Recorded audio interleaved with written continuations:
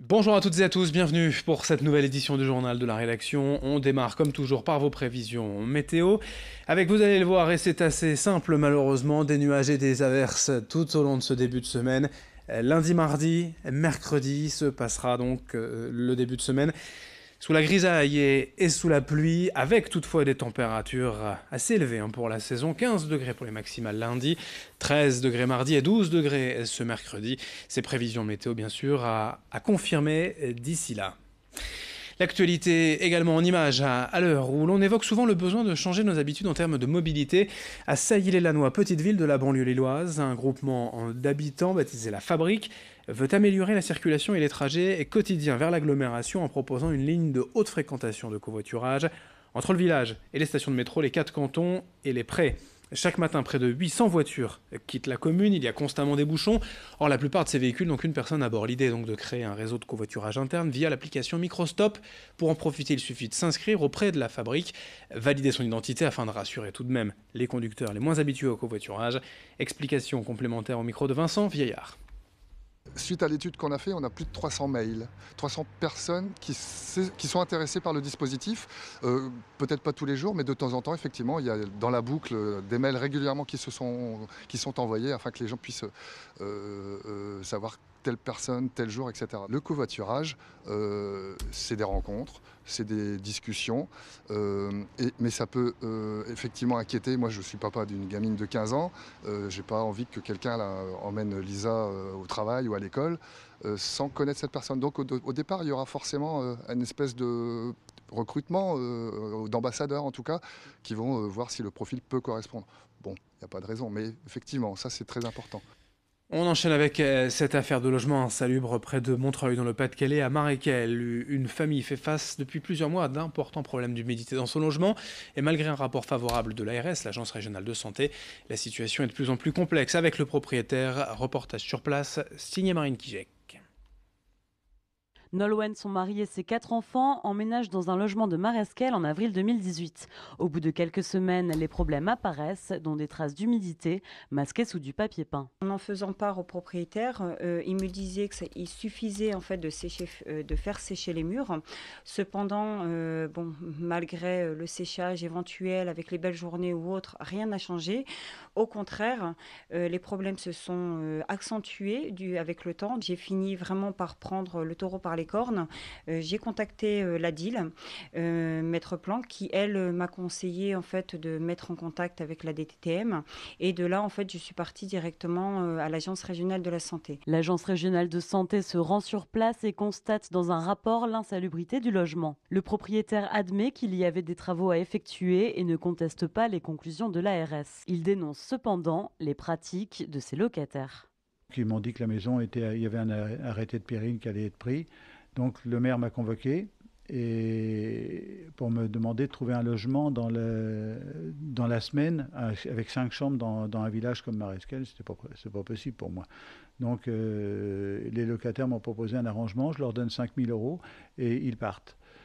Au total, entre les loyers qu'ils n'ont pas payés et l'argent que j'ai donné, ça m'a coûté 10 000 €. Ils sont restés 4 mois dedans, alors qu'ils devaient partir au bout de 3 semaines. Je leur avais déjà donné 2 000 € pour qu'ils partent au bout de 3 semaines.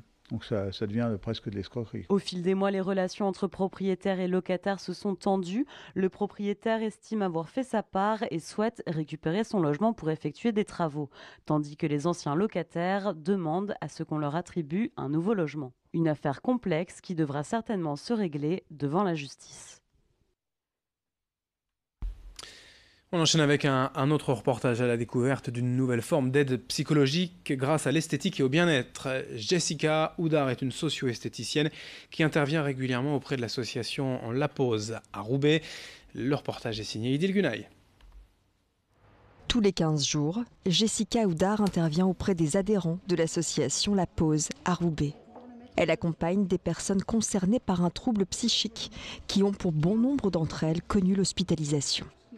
L'association entend faire le pont entre l'hôpital et le retour à la maison pour éviter tout isolement et toute rechute dans la maladie.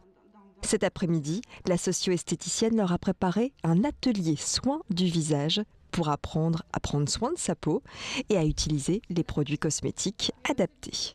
Ce qui se passe quand on souffre de troubles psychiques, c'est souvent que le corps est désinvesti.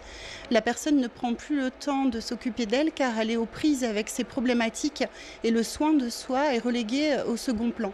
Donc nous, socio-esthéticiennes, redonnons à la personne l'envie de se réapproprier ce corps et de prendre soin d'elle. Et d'un autre côté, nous aidons également les familles à être en relation avec leurs personnes malades. L'objectif, c'est de ne plus se retrouver uniquement comme un objet de soins cliniques, mais de retrouver contact avec soi-même et son entourage. Ici, le soin esthétique permet de se réapproprier son corps et de s'ouvrir aux autres. Un outil qui bien souvent règle les soucis de stress et d'anxiété. Je trouve que c'est un bien-être, un regard, et ça fait du bien. Et ça enlève le stress et la fatigue et voilà. Au quotidien, moi j'utilise de l'eau et du savon ou de l'eau tout court. Et tandis que là, on utilise les bons produits avec un calme et un bien-être qui fait beaucoup de bien. Je suis vieille, mais que dans le fond, je peux quand même essayer des soins et que ça me fait quand même du bien. Aussi bien moralement que ça me donne des connaissances en plus.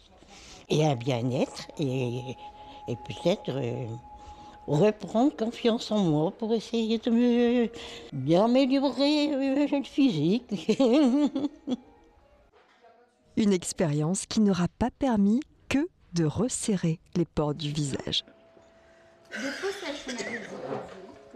Et puis on termine ce journal avec quelques images insolites de joueurs de golf en pleine ville. Depuis plusieurs années, des Lillois se retrouvent en effet régulièrement le soir dans les rues pour taper des balles. Imaginez en Allemagne à la fin des années 90, le street golf a débarqué dans le Nord avec Nicolas Verschuer qui a fondé l'association Urban Green Lille.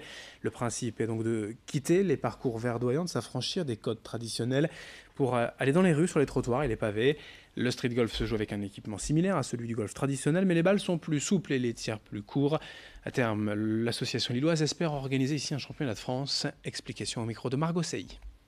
Là, on a fait une session avec les adhérents. L'idée, c'était de préparer, de faire une reconnaissance pour le futur parcours du championnat de France qui se déroulera. On n'a pas encore la date exacte, mais on va faire mars-avril.